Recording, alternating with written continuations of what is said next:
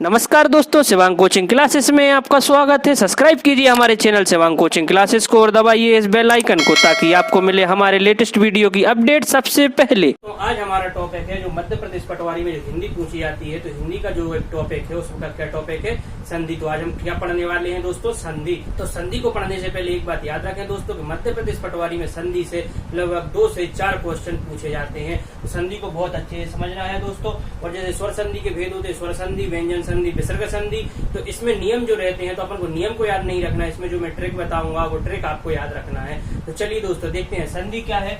तो संधि का शाब्दिक अर्थ है मेल। क्या दोस्तों, क्या अर्थ है संधि का? संधि का शाब्दिक अर्थ है क्या? मेल। दो वर्णों के क्या है दोस्तों, संधि क्या है? दो वर्णों के परस्पर मेल से जो विकार में परिवर्तन होता है उसे क्या कहते हैं दोस्तों, संधि कहते हैं। यही बोर्ड पर लिखा है, क्या लिखा है? दो निकटवर्ती वर्णों के परस्पर मेल से जो विकार में परिवर्तन होता है उसे क्या कहते हैं दोस्तों, उसे संधि कहा जाता है। संधि के देखिए दोस्तों 3 भेद होते हैं। कौन कौन से होते हैं? स्वर संधि, व्यंजन संधि और विसर्ग संधि। ठीक है दोस्तों, याद रखना संधि के कितने भेद होते हैं। डायरेक्ट क्वेश्चन आ जाएगा। तो संधि के 3 भेद होते हैं। कौन कौन से? स्वर संधि, व्यंजन संधि और विसर्ग संधि। अब पूछ ले अगर वो स्वर संधि के कितने भेद होते हैं, तो स्वर संधि के अंदर 5 भेद होते हैं। कौन कौन से दोस्तों? स्वर संधि के अंदर 5 भेद होते हैं। तो स्वर संधि क्या है दोस्तों? 2 स्वरों के मेल से, याद रखना, 2 निकटवर्ती वर्णों के मेल से जो विकार में परिवर्तन होता है वो संधि हो जाएगी। और 2 स्वरों के मेल से जो विकार में परिवर्तन होगा वो स्वर संधि हो जाएगी। याद रखना, 2 स्वरों के मेल से, यही से डायरेक्ट क्वेश्चन बन जाएगा। 2 स्वरों के मेल से जो विकार में परिवर्तन होगा उसे कौन सी संधि कहा जाएगा, याद रखना। ठीक है, तो स्वर संधि और वर्णों के मेल से जो विकार में परिवर्तन होगा तो वो संधि हो जाएगी। तो ये हो जाएगा, ठीक है ना। विकार में परिवर्तन होगा तो स्वर संधि। अब स्वर संधि के अंदर कितने भेद होते हैं? तो स्वर संधि के 5 भेद होते हैं। कौन कौन से? देखिए दोस्तों, दीर्घ संधि, गुण संधि, वृद्धि संधि, यण संधि और अयादि संधि। अब हम एक एक संधि को अच्छी तरह से समझ लेंगे। याद आ गई दोस्तों, ठीक है ना। स्वर संधि के अंदर स्वर संधि के कितने भेद होते हैं? तो स्वर संधि के डायरेक्ट क्वेश्चन आएगा तो 5 भेद होते हैं, ठीक है ना। और पूछ ले संधि के भेद कितने हैं? तो संधि के 3 भेद होते हैं। 2 वर्णों के परस्पर मेल से जो विकार में परिवर्तन होगा तो वो संधि, और 2 स्वरों के मेल से जो विकार में परिवर्तन होगा तो वो स्वर संधि। आ गई बात समझ में। दीर्घ संधि, वृद्धि संधि, गुण संधि, यण संधि और अयादि संधि। अब हम एक एक को अच्छी तरह से समझ लेंगे। चलिए दोस्तों देखते हैं। सबसे पहले हम क्या देखेंगे, गुण संधि। स्वर संधि के कितने भेद बताए थे हमने पिछली बार? पहले हमने अभी स्वर संधि के कितने भेद पढ़े हैं? तो स्वर संधि के 5 भेद पढ़े हैं। तो 5 भेदों में से एक भेद कौन सा है हमारा? गुण संधि। तो नियम हमारा क्या कहता है कि जब आ प्लस में ई और उ हो तो वहां पर क्या होगा? गुण संधि। लेकिन आपको समझ में नहीं आई होगी दोस्तों। तो देखिए दोस्तों, ट्रिक देखें आप डायरेक्ट। जहां पर भी, कहां पर? गुण संधि में जब भी गुण संधि की बात हो और सेंट, तो आपको क्या देखना है? ए ओ आर की मात्रा अगर सेंटर में आ जाए या आपको दिख जाए, वहां आप आंखें बंद करके क्या लगा देना दोस्तों? गुण संधि लगा देना। ठीक है, 101%। क्या देखना है? सिर्फ आपको ये नियम याद नहीं रखना। आ प्लस ई और उ नहीं देखना आपको, ये आपको समझ में नहीं आएंगे। आपको डायरेक्ट क्या देखना? ए ओ आर की मात्रा जहां पर भी सेंटर में आ जाए वहां आप क्या कर दोगे? आंखें बंद करके क्या लगा देना? गुण संधि लगा देना। देखिए हमने क्या लिखा है, जहां ए ओ आर की मात्रा सेंटर में आ जाए वहां पर क्या होगा दोस्तों? गुण संधि होगा। उदाहरण देख लें आप, नरेंद्र, नरेंद्र, इसका अपन संधि विच्छेद करेंगे, इसका करेंगे नरेंद्र, नरेंद्र। ए आ रहा है तो देखो ए आ रहा, ए ओ आर की मात्रा सेंटर में देखना। तो इसको देखिए, नरेंद्र, नरेंद्र, ठीक है। सुरेंद्र, पुष्पेंद्र, ठीक है। ए आ रहा है ना, नरेंद्र, नरेश, ए आ रहा है। परमेश्वर, ईश्वर आना, ए आ रहा है, ठीक है ना। सोमेश, ठीक है ना दोस्तों। अगली बात समझ में, सोमेश, ठीक है। इसी तरह क्या हो जाएगा? कमलेश। सेंटर में आपको देखना ए ओ आर की मात्रा। रमेंद्र, महेंद्र। अब देखो यहाँ ये ए वाले हुए, अब ओ देख लो, बेरोचित, ओ आ रहा है ना दोस्तों, बेरो, ओ आ रहा, ओ उच्चारण देखो, बेरोचित, परोपकार, पर ओ आ रहा है, ठीक है। हितोपदेश, हितोपदेश, महोदय, ओ आ रहा है। जलोर्मी, ओ आ रहा है, ठीक है दोस्तों। महेश, राकेश, ए आ रहा है। उमेश, ठीक है। अब दोस्तों देखो अब ए भी हो गया, ओ भी बता दिया। अब आर देख लेते। आर कहाँ? लास्ट में देखना है दोस्तों, लास्ट में देखना, ठीक है। लास्ट में क्या देखना? आर। जैसे देवर, देवर्षि, सप्तर्षि, आर आ रहा है इसमें। सप्तर्षि, ब्रह्मर्षि, महर्षि। इसी तरह से दोस्तों क्या हो जाएगा आपका? ये गुण संधि कंप्लीट हो जाएगा। आपको सिर्फ क्या देखना है? ए ओवर की मात्रा सेंटर में आ जाए तो आप डायरेक्ट आंखें बंद करके क्या लगा दोगे? गुण संधि हो जाएगी। इसी तरह ये गुण संधि हमारी कंप्लीट हो जाएगी। तो देखिए दोस्तों, अब हमारी दूसरी संधि कौन सी, हमारी वृद्धि संधि। वृद्धि संधि नाम से ही समझ में आ रहा है क्या, वृद्धि। अभी हमने क्या पढ़ा था आपसे, गुण, इससे पहले हमने क्या पढ़ा था, गुण संधि। गुण संधि में क्या बोल रहा था, ए ओ अर की मात्रा सेंटर में दिख जाए तो वहां पर आंखें बंद करके क्या लगा दोगे, गुण संधि लगा दो। अब नाम से ही समझ में आ रहा है क्या, वृद्धि संधि। वृद्धि मतलब कि कहीं ना कहीं वृद्धि हुई होगी, तो कहाँ वृद्धि हुई, तो नियम क्या कहता है, आ प्लस ए ओ और औ की मात्रा। तो इस नियम को ध्यान देने नहीं, हमें तो सिर्फ क्या देखना, ए की मात्रा और औ की मात्रा। वहां पे ए ओ अर था, यहाँ पे क्या आ गया, ए और औ की मात्रा। अब क्या डायरेक्ट क्या है, जब ए और औ की मात्रा क्या है, ए और औ की मात्रा अगर सेंटर में दिख जाए वहां डायरेक्ट क्या लगा दोगे, वृद्धि संधि, मतलब कि बूढ़ा हो गया। वृद्धि मतलब कि बूढ़ा हो गया। देखो डबल मात्रा आ गई कि नहीं आ गई, वहां पे क्या था, ए ओ अर था किसमें, गुण संधि में, और यहाँ पे क्या आ गया, ए आ गया और औ मात्रा, तो डबल मात्राएं आ गई। तो ये कौन सा हो जाएगा दोस्तों, वृद्धि संधि। एग्जाम्पल देख लेते हैं, एक का एक क्या लिखा है दोस्तों, बड़े क्या, एक का एक, देखो दो मात्राएं आ गई, ठीक है ना, एक का एक, पढ़ने में ही आपको समझ में आ जाएगा।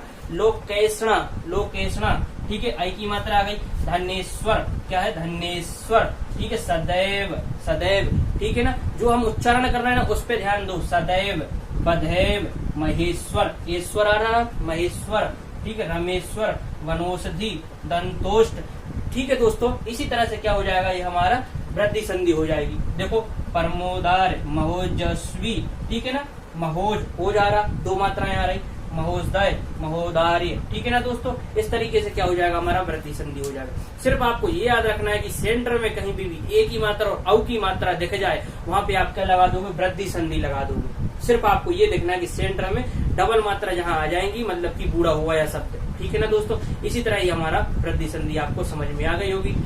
अब नेक्स्ट हम देख लेंगे क्या, यण संधि, ठीक है। तो चलिए दोस्तों देखते हैं अब क्या, यण संधि। नेक्स्ट हमारी कौन सी है, यण संधि। तो यण संधि का नियम क्या कहता है कि जहां पर ई उ और री के साथ आ उ और ए ओ की मात्रा आए तो वहां क्या होगा, यण संधि। समझ में नहीं आया आपको, सिर्फ आप याद रखें, कहीं पर भी क्या याद रखें, किसी भी शब्द में या वा रा, मतलब कि सेंटर में, किसी भी शब्द के सेंटर में या वा रा के साथ कोई भी अधूरा शब्द आ जाए वहां क्या होगा, यण संधि होगा। क्या होगा, यण संधि। कहीं पर भी या वा रा के साथ अधूरा शब्द आ जाए, क्या लिखा हमने, जब सेंटर में या वा रा के साथ कोई भी अधूरा शब्द आ जाए वहां आंखें बंद करके क्या लगा देना, यण संधि लगा देना। कहीं पर भी देख लेना, बीच में क्या आ जाए, या यू याई, वा बी रा री, कुछ भी आ जाए तो हम उदाहरण से इसको समझ लेंगे कि यण संधि के उदाहरण से हमें समझ में आपको अच्छी तरह आ जाएगा। तो देखिए दोस्तों, उदाहरण क्या है, अत्यधिक, या आया, या के साथ क्या है, आधाता है, क्या है, आधाता है। अत्यधिक, या वा रा, आप तो सिर्फ याद रखें या वा रा, इन तीनों को याद रखना है। या वा रा के साथ कोई भी अधूरा शब्द आ जाए वहां पर क्या होगा, यण संधि होगा। अत्यधिक, यद्यपि, या के साथ आधाता आ रहा है, इत्यादि, ठीक है ना, अत्याचार, प्रत्योपकार, आधाता आ रहा है, ठीक है ना। यू के या में छोटू की मात्रा हमने पहले लिख दिया है, ठीक है ना दोस्तों। या वारा के साथ कोई भी अधूरा शब्द आ जाए वह यण संधि हो जाएगी। देखो न्यून, प्रत्येक, अध्येषण, संख्यागमन, संख्येश्वर, स्वच्छ, आधा सा आ रहा वा के साथ, ठीक है ना। अन्वय वा के साथ आधा ना आ रहा है। स्वागत, आधा सा आ रहा है, ठीक है ना, वा के साथ। और या के साथ क्या आ रहा, मध्या वलय। तो ठीक है ना दोस्तों, ये क्या हो जाएगा हमारा, यण संधि। तो हमारी कितनी, 3 संधि हो चुकी है, ठीक है। गुण संधि, ठीक है ना, वृद्धि संधि, और ये तीसरी हो जाएगी हमारी यण संधि। तो हमने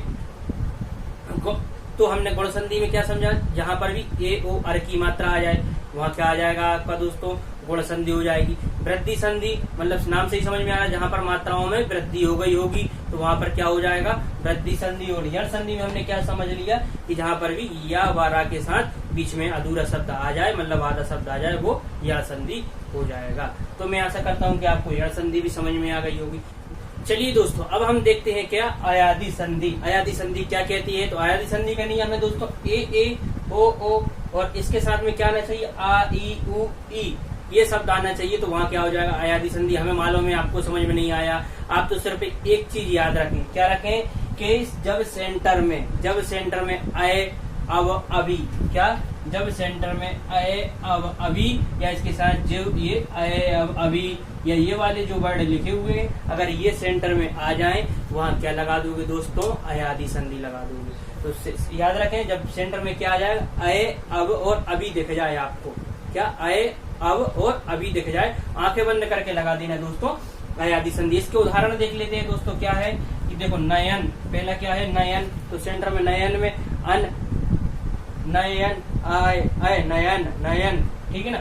सयन सय अय आ रहा ना, अय सयन, नायक अयक नायक, ठीक है ना। गायक यक गायक, ठीक है ना। तो गायन यन, ठीक है ना, गायन, ठीक। नायिका गायिका, पवन, अब आ रहा पवन पवन पवन, ठीक है ना।